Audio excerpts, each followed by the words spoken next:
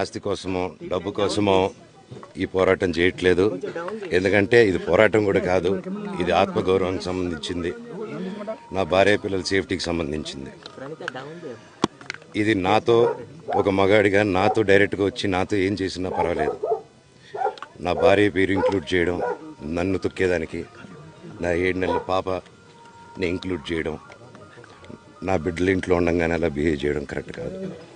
ఈరోజు పోలీస్ దగ్గరికి నేను వెళ్ళి ప్రొటెక్షన్ అడిగాను. నేను మొన్న వచ్చి అడిగినప్పుడు మీకు అన్ని ఎవిడెన్స్లు ఇస్తాను, ఎస్ఐ గారు ఇక్కడి నుంచి వచ్చి నేను ఇస్తాను సార్ ప్రొటెక్షన్ చూపించాను, బౌన్సర్లు అందరూ అక్కడికి దాక్కున్నారని చూపించాను. అది కొంచెం చూసి ఓకే సార్ మీరు ధైర్యంగా ఉండండి, మేము ఎక్కడికి వెళ్ళట్లేదని చెప్పి మాట్లాడి పారిపోయారు.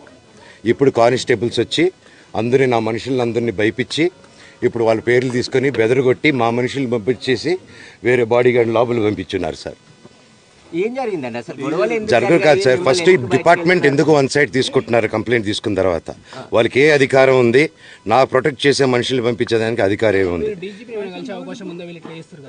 ప్రపంచంలో నా అందరినీ కలుస్తాను సార్, బయలుదేరి